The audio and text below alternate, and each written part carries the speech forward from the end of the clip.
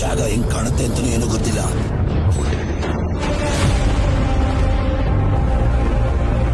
ನೀನ್ ಯಾವಾಗ ಕರೆದ್ರು ನಾನ್ ಬಂದೇ ಬರ್ತೀನಿ.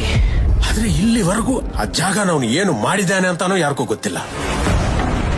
ಆ KGF ಅನ್ನೋ ಕಾಡನ್ನ ಕೋಟೆಯಾಗಿ ಬದಲಾಯಿಸ್ಕೊಂಡು ಆ KGF ದೊಡ್ಡ ಸಾಮ್ರಾಜ್ಯ ಆಯ್ತು. KGFಗೆ ಹೊಸ ಬಾಸ್ ಬಂದಿದ್ದಾನೆ.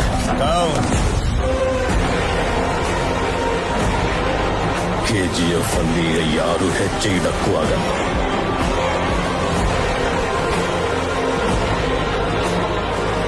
ವಾನರು ಮತ್ತೆ ಅವ್ರ ಗಾಡ್ಸು ವರ್ತಾನ್ ಮೇಲೆ ನೆರಳು ಸಹ ಬಿಡಲ್ಲ.